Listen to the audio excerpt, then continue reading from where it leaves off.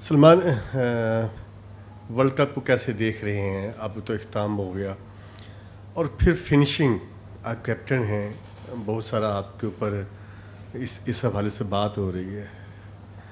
आखिरी 3 ओवर आपने कैसे खेले और आखिरी 3 ओवर आपने कैसे करवाए, इसको आप किस नज़र से देखते हैं? हार जीत it's a part of the game, but अगर आप अपनी कारकर्दगी से क्या मुतमिन हैं? नहीं, ऑब्वियसली सर, हम अगर आप पूरा टूर्नामेंट ही देखें तो उस पूरे टूर्नामेंट को अगर सम अप करना हो तो मेरे ख्याल से हमने काफ़ी अंडर परफॉर्म किया है। और 20 ओवर की गेम में सर हम 18 ओवर बहुत अच्छे खेले थे और दूसरी टीम अलाउ करती है कि 2 ओवर वो अच्छे खेलें। हाँ, हमने जो लास्ट 3 ओवर किए हैं वो हमारी एग्जीक्यूशन अच्छी नहीं थी। हम इससे बेटर बॉलिंग यूनिट है और इससे बेटर बॉलिंग हमने की हुई है पास्ट में। हाँ, हमारी एग्जीक्यूशन मिसिंग थी आज। सलमान, ये लगातार चौथा आईसीसी इवेंट है जिसके हम सेमीफाइनल मरहले में क्वालिफाई नहीं कर सके। क्या हम लोग जो इंटरनेशनल क्रिकेट इस वक्त खेली जा रही है उससे हम बहुत पीछे रह गए हैं, या फ्लास ऐसे थे सिलेक्शन में, बैटिंग ऑर्डर में, टीम कॉम्बिनेशन में? सर बिल्कुल आप ठीक कह रहे हैं कि पिछले 4 आईसीसी के टूर्नामेंट में हम सेमीफाइनल में नहीं पहुंचे और हम उसकी वजह ये है कि हमको प्रेशर में अपनी गेम को इंक्रीज़ कैसे करना है और प्रेशर में जब प्रेशर पड़ता है तो उसमें जो हमारी डिसीजन मेकिंग है उसको अच्छा कैसे करना है, मेरे ख्याल से वो ज़्यादा मैटर करता है राइट नाउ। क्योंकि हम जब भी अंडर प्रेशर आते हैं तो मेरे ख्याल से हमारी डिसीजन मेकिंग उतनी अच्छी नहीं है जितनी होनी चाहिए। जब आप वर्ल्ड कप जैसे आईसीसी इवेंट्स में आते हैं तो वहाँ पर प्रेशर तो रहता ही है, तो वो प्रेशर में डिसीजन मेकिंग अगर आपकी अच्छी नहीं होगी तो रिज़ल्ट मेरे ख्याल से ऐसा ही आएंगे। सलमान, उस्मान खान हमनी उससे इस टूर्नामेंट से तो अब हम बाहर हो गए हैं, क्या इस हार की ज़िम्मेदारी आप लेंगे और कोच लेंगे? क्योंकि हमने इस पूरे टूर्नामेंट में देखा है कि स्पेशलिस्ट हमने कम खिलाए हैं और ऑलराउंडर्स के साथ हम ज़्यादा गए हैं। तो क्या समझते हैं कहाँ पे किस चीज़ को आप ब्लेम करेंगे? और ये जैसे सुहेल साहब ने भी कहा कि ये तीसरा चौथा टूर्नामेंट है, हम अगर मगर की सूरत हाल में चलते रहे, दुआएं भी की कौम ने, सब ने की, और आज मौका था लेकिन वो मौका भी गंवा दिया।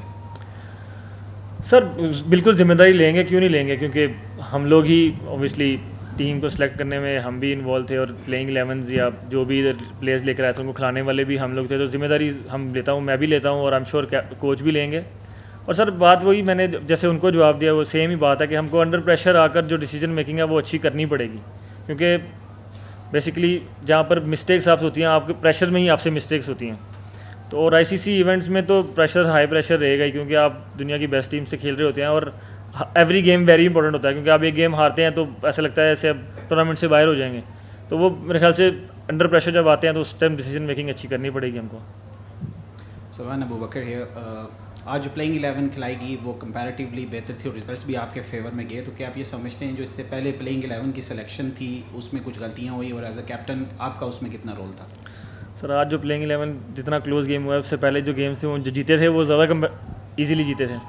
लेकिन सर हम कंडीशंस को देखकर और जो सिचुएशन हमारे सामने है उसको देखकर प्लेइंग 11 को बनाते हैं और कैप्टन और कोच मिलकर ही बनाते हैं। और हम लोग ये नहीं देखते कि कौन से मैच में कौन से प्लेयर्स खेल सकते हैं, हम ये देखते हैं कि सिचुएशन क्या है और कंडीशन क्या डिमांड कर रही है, उस हिसाब से प्लेयर्स को खिलाते हैं।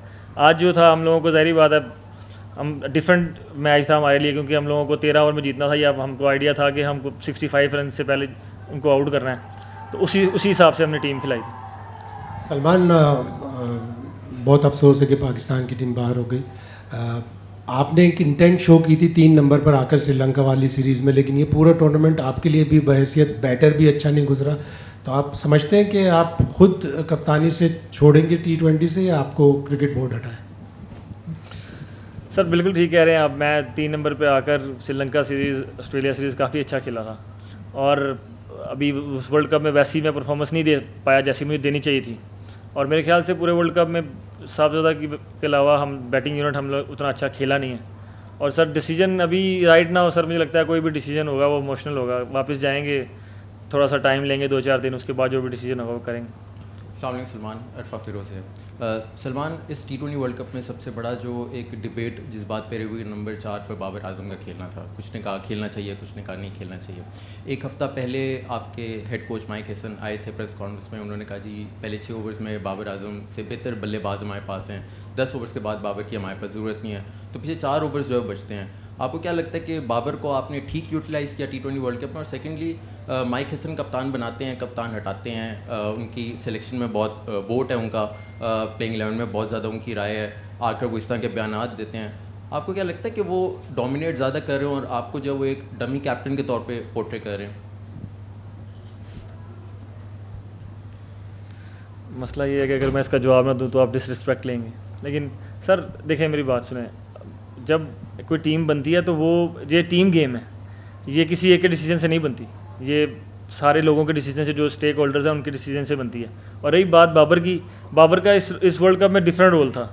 एक नंबर 4 पे मतलब एक्सपीरियंस बैटर है, हम लोगों को वहाँ पे बैट्समैन चाहिए था कि एक मिडिल ऑर्डर में आकर हमको जो स्टेबिलिटी दे पाए और हम लोगों को जो हमारी जो मोस्टली हमारी जो होती है कोलैप्स वो बचाए, उसका डिफरेंट रोल था। और जब आप वर्ल्ड कप के लिए आते हैं तो आप प्लेयर्स के रोल्स को डिफाइन करके आते हैं, उसका ये रोल था और हम उसको इसी जगह पर देख रहे थे। सलमान, आज के ओपनिंग स्टैंड के बारे में बात कीजिए, specially the decision Fakhar Zaman को ओपनिंग में खेलने के लिए, और what went behind this and वो कैसे गया? आई मीन द एग्जीक्यूशन तो आपने देखा, it was very good, but again from 176 वो no loss and then what happened after that, तो why don't you explain both of this? ये हम लोगों को आइडिया था कि जब हम यहाँ आ रहे थे तो हमको पता था कि अगर हम पहले बैटिंग करते हैं या बाद में बैटिंग करते हैं तो हमको जो पावर प्ले को यूटिलाइज़ करने के लिए फ़खर जैसे प्लेयर की ज़रूरत पड़ेगी। और साइम की उस तरह अच्छी फॉर्म भी नहीं थी, तो हमको लगा था कि उस जगह पर हमको फ़खर को यूज़ करना, और उसने आउटस्टैंडिंग बैटिंग की आज। और मैं वही बोल रहा हूँ कि जब हमको पता था कि हमें 65 रन से हमको जीतना है, तो हम लोग फिर उसी इंटेंट से खेल रहे थे। तो उसमें हमारी पार्टनरशिप ओपनिंग बहुत अच्छी गई, लेकिन उसके बाद मेरे ख्याल से उस वक्त विकेट भी गिर सकती थी, क्योंकि जो भी जा रहा था वो जाकर कोशिश कर रहा था कि जितना मैक्सिमम रन बन सके वो बनाए, और इस पिच पे मतलब मुझे लगता है कि नए बैट्समैन के लिए थोड़ा मुश्किल था। Salman, when you got past 200, what were your thoughts about whether you'd be able to keep Sri Lanka to the score you needed to advance? Of course, when we scored 200, we always knew 148 we're going to defend, and we were thinking we can do that.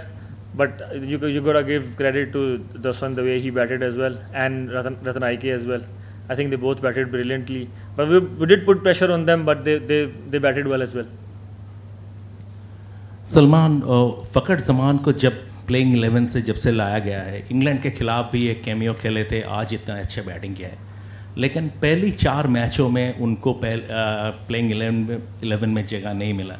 तो hindsight में आपको ये क्या लगता है, board decision गलत था और इस फॉर्मेट में फ़खर ज़मान ऑटोमेटिक चॉइस होना चाहिए? सर अभी राइट नाउ ओबियसली हम कह सकते हैं कि उनको पहले मैचेस भी खेलने चाहिए थे, क्योंकि वो जो मैचेस खेले हैं उनमें उन्होंने काफ़ी अच्छी परफॉर्मेंस की है। लेकिन आप उससे पहले देखेंगे तो उनकी फॉर्म उतनी अच्छी नहीं थी, वो भी स्ट्रगल कर रहे थे। लेकिन हाँ, अगर अभी राइट नाउ बैठ के ज़रूर कह सकते हैं कि उनको पहले 4 मैचेस भी खेलने चाहिए थे।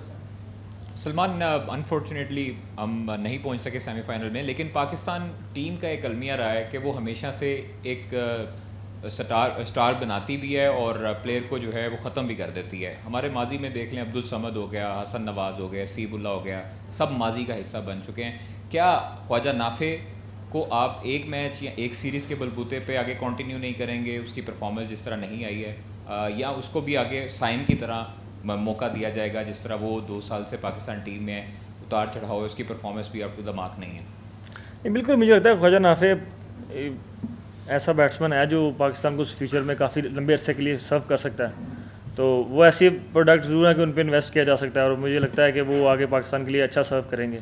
और रही बात हसन, अब्दुल समद, मेरे ख्याल से वो लोग भी फ्यूचर का हिस्सा मुझे लगता है आगे T20 टीम में स्पेशली ज़रूर नज़र आएंगे आपको। Thank you.